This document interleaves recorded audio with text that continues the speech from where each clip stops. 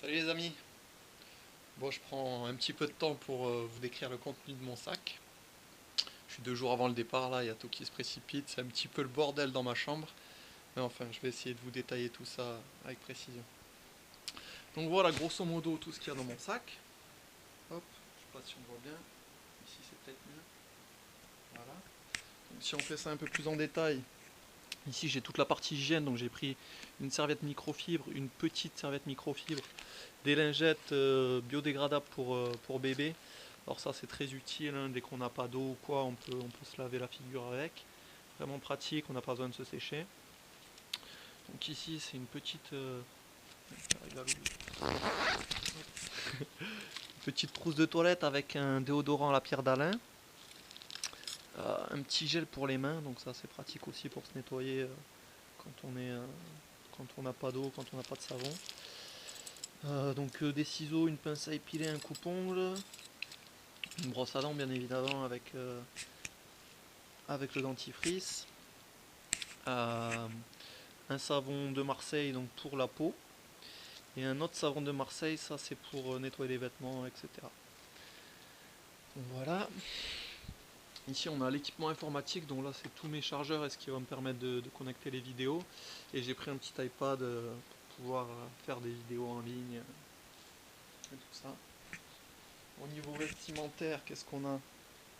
Donc j'ai pris une chemise longue, des t-shirts légers, j'ai pris 3 t-shirts légers, sachant que j'en aurai au moins un sûrement quand je pars. Un short, euh, des sous-vêtements collants pour garder la chaleur, là, donc c'est en cas de froid. Un petit cycliste, toujours utile. Un pantalon avec des poches côté, pratique, discret, toujours efficace. Et là, c'est un t-shirt aussi. Il y a 3 paires de chaussettes. Bon, j'ai pas mis les calcifs encore, il faut que je les lave. Là, c'est une petite veste vraiment pratique, très légère, isotherme que j'ai acheté à Decathlon, pas trop cher, sans faire de pub, hein, bien sûr. Là, un petit poncho en cas de pluie. Voilà, ça c'est tout ce qui va m'habiller pendant un an. Donc, bien sûr, il va falloir que je fasse des rotations au niveau des lessives, hein. Tous les soirs, je me ferai une petite lessive, histoire de bien tourner. Donc ici, qu'est-ce qu'on a? On a le duvet. Le duvet que j'ai pris à 0 degré. Donc transition 5-0 degrés. Je compte pas aller dans des pays extrêmement froids. Moi, au cas où, j'ai pris aussi un petit sac à viande, comme on appelle, hein. C'est un drap en tissu. Donc on peut mettre en plus du duvet qui, d'une part, protège le duvet des salissures et autres, et d'autre part, ça réchauffe encore un peu plus. Alors, comme je compte aussi enfin me faire héberger chez l'habitant, j'envisage quand même de des fois pas trouver d'habitants qui m'accueillent. Donc j'ai pris un petit hamac que j'ai trouvé vraiment pratique et pas cher, que j'ai acheté à Nature et Découverte. Alors ce hamac il est bien parce que bon déjà il est super léger, super compact, et en plus de ça il est constitué d'une moustiquaire. Donc du coup même dans les pays tropicaux on peut se mettre n'importe où entre deux arbres, on installe ça, avec la moustiquaire on est protégé. Là c'est un petit oreiller indispensable pour passer des nuits confortables.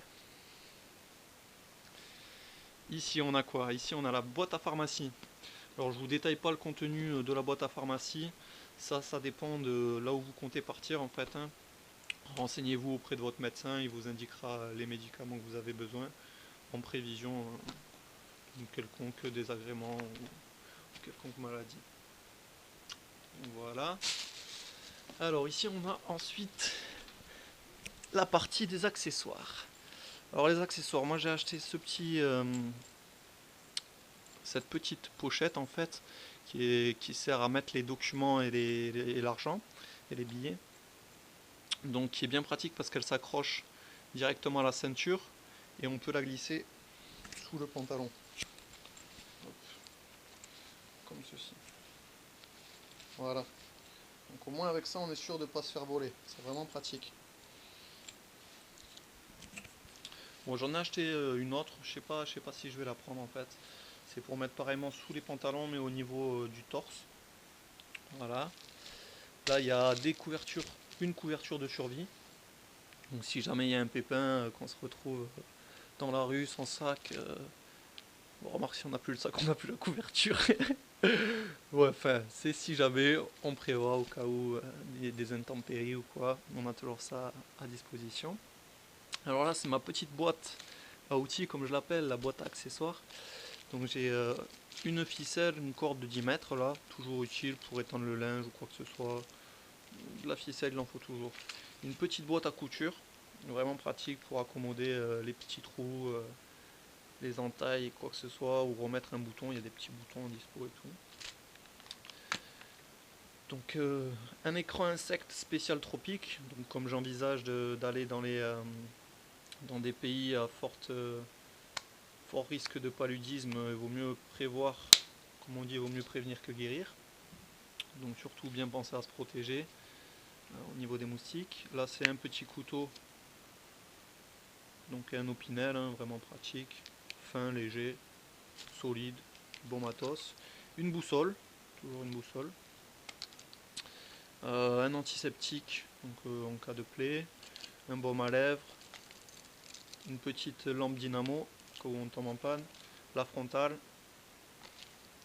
et là c'est des boules caisses. Des boules caisses vraiment indispensables pour dormir dans des endroits bruyants ou quoi que ce soit.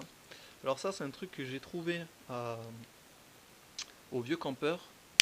Donc tu envoies une décharge électrique et ça soulage des piqûres de moustiques. Je ne l'ai pas testé encore, je peux pas savoir ce que ça fait exactement. Mais par contre, ça avait l'air vraiment intéressant. Les avis que j'ai lus dessus me paraissaient bons.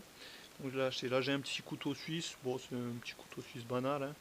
Juste avec ouvre-boîte, un tire-bouchon au cas où il y a une petite fiesta qui se prépare. Euh, un petit tournevis, bon voilà quoi. Un briquet, bien sûr. Je vais rajouter aussi un paquet d'allumettes, mais je ne l'ai pas ici. Voilà. Ensuite, donc ça c'est un petit plus, mais ça c'est mon plaisir perso.